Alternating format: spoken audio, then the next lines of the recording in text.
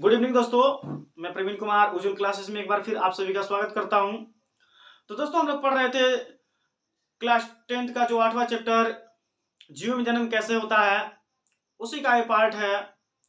और ये देखिए, जनन से रिलेटेड जो चैप्टर है, मतलब जनन जो हम लोग पढ़ रहे हैं उसी का ये जो टॉपिक है।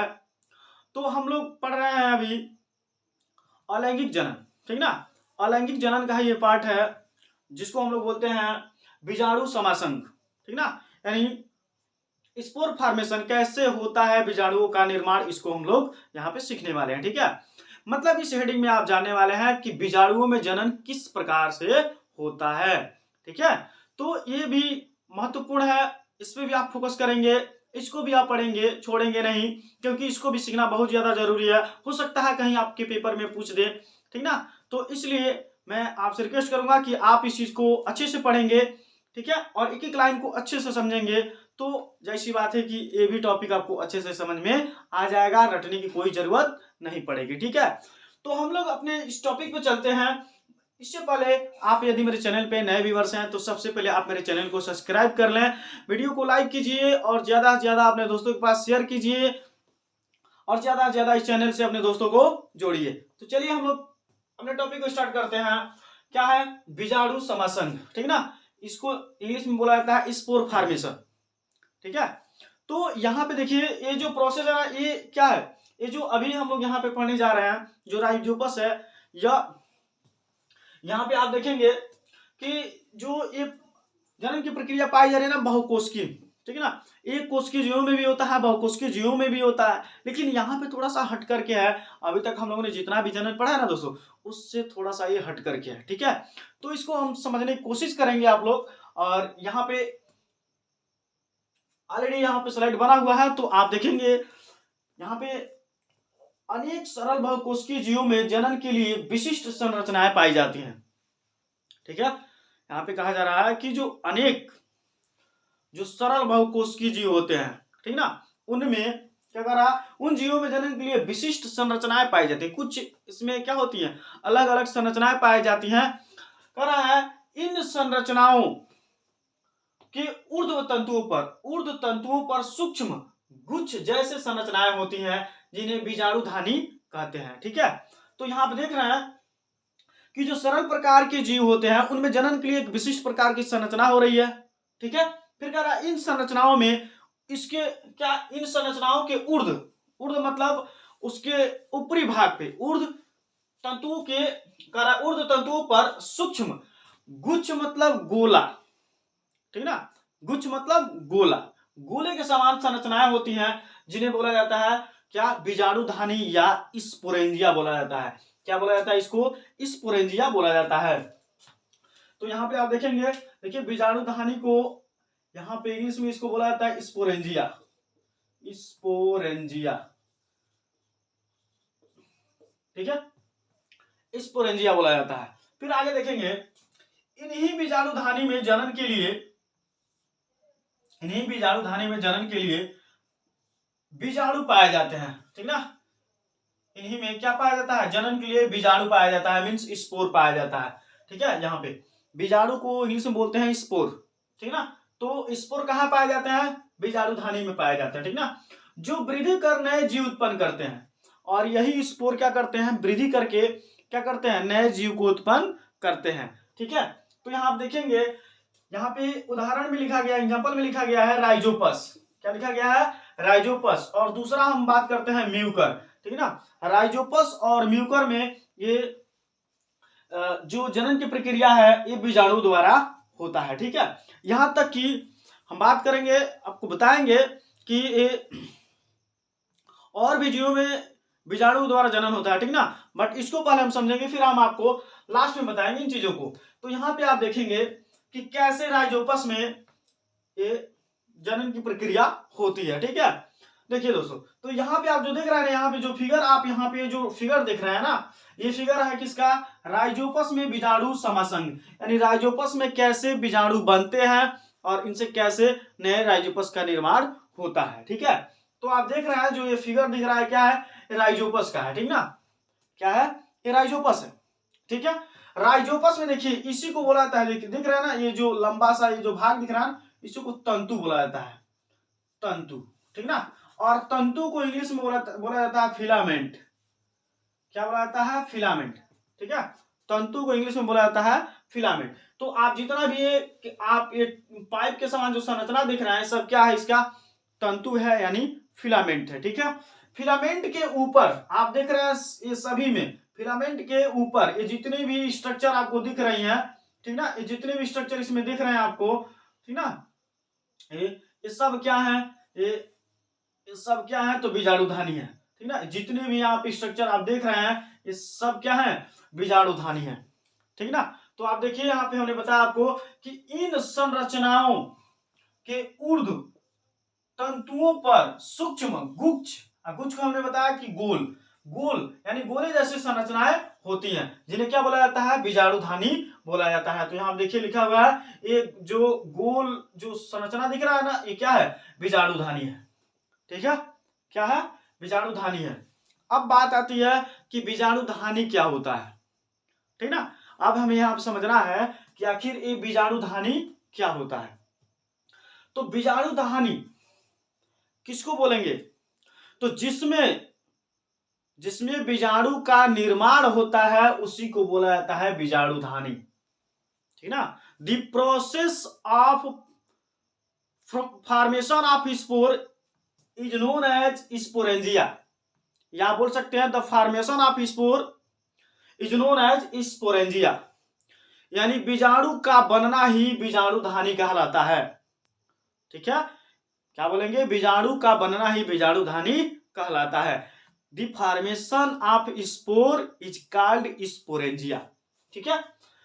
तो यहाँ पे देख रहा है कि इसके देख रहे हैं ना आप, इसमें डॉट जो यहाँ पे जो स्ट्रक्चर दिखाए गए हैं आपको, ये सब क्या है? ये सब क्या है? तो स्पोर है। ये सब क्या है? इस स्पोरेंजिया के अंदर क्या आप सब देख रहे हैं? स्पोर को, बीजाणु को देख रहे हैं, ठीक ना। तो जितने भी स्पोरेंजिया दिख रहा है सब में क्या है? जो यहाँ पे छोटे छोटे जो संरचनाएं दिख रही है क्या है? यही क्या है? इसका बीजाणु यानी स्पोर है, ठीक ना। देखेंगे आप यहाँ पे कि यहाँ पे क्या होता है? जब ये स्पोरेंजिया यानी रिपर्चिंग ऑफ स्पोरेंजिया, मतलब कि जब बीजाणुधानी फट जाता है तो उससे बाहर कौन आ जाते हैं? ये स्पोर आ जाते हैं, ठीक ना। क्या आ जाते हैं? बाहर स्पोर आ जाते हैं, ठीक है। अब देखेंगे कि जब ये बाहर स्पोर आ जाते हैं तो कैसे इनमें प्रजनन होता है, ठीक ना। तो इनमें प्रजनन देखेंगे कैसे होता है। देखिए ये जो स्पोरेंजिया है इसके अंदर आप पा रहे हैं बीजाणु को या स्पोर को। इस यानी स्पोरेंजिया पर क्या पाया जाता है? एक मोटी भित्ति पाई जाती है। इसके प्रोटेक्शन के लिए क्या पाई जाती है? एक मोटी भित्ति पाई जाती है, ठीक है। और यही क्या होता है? जब ये फट जाता है तो भी क्या करता है? इसको देख रेख करता है। माने बीजाणु जब निकल जाता है ना तो भी उसको क्या करता है? देख रेख करता है। जैसे ही अनुकूल स्थिति आती है बीजाणु के लिए, जनन के लिए जैसी अनुकूल स्थिति आती है ना, तो ये क्या होता है? यही बीजाणु फिर क्या करते हैं? वृद्धि करके नए राइजोपस का निर्माण कर देते हैं, ठीक है। चलिए यहां पे हम देखते हैं बीजाणु की विशेषताएं। इनमें आपको बताएंगे, यहाँ पे जो टोटल चीजें हमने बताया यहाँ पे आपको लिखित मिल जाएगा, आप यहाँ पे समझेंगे अच्छे से, ठीक है। देखेंगे यानी बीजाणुओं की विशेषताएं में इसको इंग्लिश में बोलेंगे क्या? Properties of spore. क्या बोलेंगे? प्रॉपर्टीज ऑफ स्पोर, ठीक है। सबसे ज्यादा जरूरी है इसमें क्या कि बीजाणु कहाँ बनता है? तो आप याद रखेंगे बीजाणु बीजाणुधानी में बनता है, ठीक ना। कैसी संरचना होती है बीजाणुधानी की? तो एकदम गोल संरचना होता है, गुच्छे के जैसे इसकी संरचना होती है और एक तंतु के ऊपरी भाग पे पाया जाता है, ठीक है। इसके ऊपर एक भित्ति पाई जाती है जो इन बीजाणुओं की रक्षा करता है, ठीक है। चलिए तो यहां पे देखेंगे अब प्रॉपर्टीज ऑफ स्पोर क्या होता है। तो पहला देखिए बीजाणु के चारों ओर एक मोटी भित्ति पाई जाती है, देख रहे हैं ना, ये बीजाणु के चारों ओर क्या पाई जा रही है? एक मोटी भित्ति, ठीक है। आखिर ये मोटी भित्ति क्या करती है? यहां पे देखेंगे जो प्रतिकूल परिस्थितियों में उसकी रक्षा करती है। जब इस बीजाणु के अनुकूल, मतलब कि जब इस बीजाणु के अनुसार इसका वातावरण नहीं होता है, जब इसके लायक नहीं होता है, इसके अकॉर्डिंग नहीं होता है, तब तक ये भित्ति, जो मोटी भित्ति होती है, वो क्या करती है, इस बीजाणु की या बीजाणुओं की क्या करती है, रक्षा करती है, प्रोटेक्शन देने का काम करती है। फिर कह रहा है, आप देखिए, अर्थात ये बीजाणुधानी के लिए फटने के बाद, ये बीजाणुधानी के फटने के बाद क्या होते हैं, जब यही बीजाणुधानी, देखिए ये फट जाएगा, यही बीजाणुधानी जब फट जाता है तो फटने के बाद से क्या हो जाते हैं, ये जितने भी स्पोर होते हैं, बीजाणु होते हैं, ये सब बाहर आ जाते हैं, ठीक ना, इधर उधर फैल जाते हैं। तब यदि ऐसी परिस्थिति हो जिससे इन बीजाणुओं को नुकसान पहुंचने वाला हो, जब ये बीजाणु क्या होते हैं, बीजाणुधानी फट जाता है, उसके बाद ये बीजाणु इधर उधर फैल जाते हैं। इस दौरान अगर इन बीजाणुओं को कहीं से नुकसान होने की संभावना हो, ठीक ना, तो इसकी मोटी भित्ति, जो इसकी मोटी भित्ति होती है, क्या करती है, इसकी मोटी भित्ति इन फैले हुए बीजाणुओं की रक्षा करती है, ठीक ना, इनकी जो मोटी भित्ति होती है, ये फैले हुए बीजाणुओं की क्या करती है, फैले हुए स्पोर की रक्षा करती है। और जैसे ही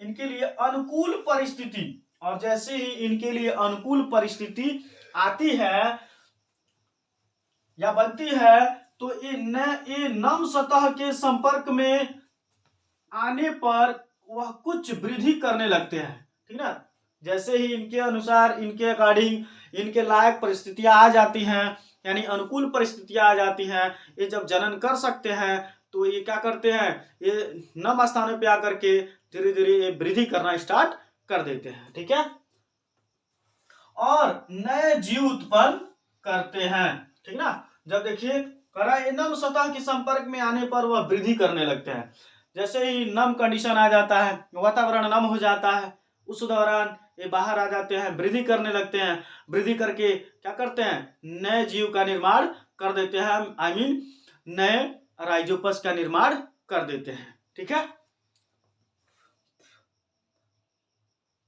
यही कारण है कि बीजाणु जनन द्वारा जीव लाभान्वित होते हैं, यही कारण है कि बीजाणु जनन द्वारा जीव लाभान्वित होते हैं, ठीक है।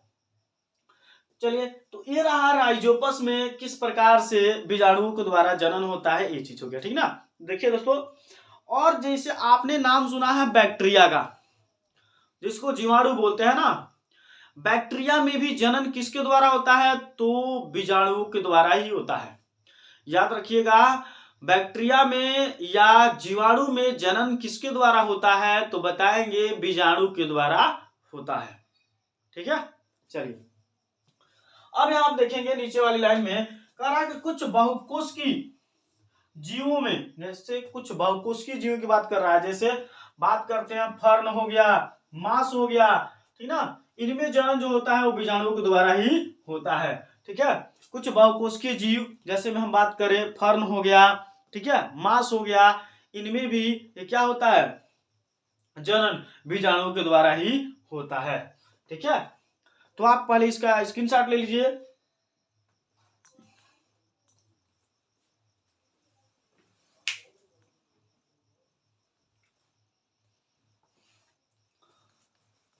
ठीक है, तो बस इतना ही यहाँ पे बीजाणु समासंग है, बीजाणु के द्वारा जनन इसी प्रकार से होता है जिसे राइजोपस में हमने आपको बताया, ठीक है।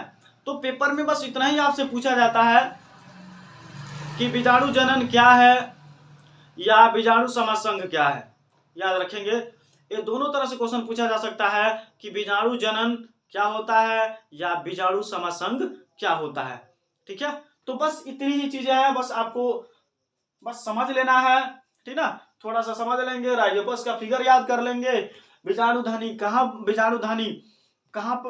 स्थित है, बीजाणुधानी में क्या बनते हैं, ये चीजें आपको याद रहे तो आप आसानी से बीजाणु समासंग को लिख लेंगे या बीजाणु जनन को लिख लेंगे, ठीक है। तो आई होप, देखिए तो आई होप कि जो आज का ये टॉपिक रहा है आपको बहुत अच्छे समझ में आया होगा। और यदि आप मेरे चैनल पे नए व्यूअर्स हैं तो आप सबसे पहले मेरे चैनल को सब्सक्राइब कर लीजिए, वीडियो को लाइक कीजिए, शेयर कीजिए और बेल आइकन को दबाना बिल्कुल ना भूलिए, क्योंकि जो भी मेरा वीडियो आता है उसका नोटिफिकेशन सबसे पहले आपको प्राप्त होगा। Thanks for watching video. जय हिंद।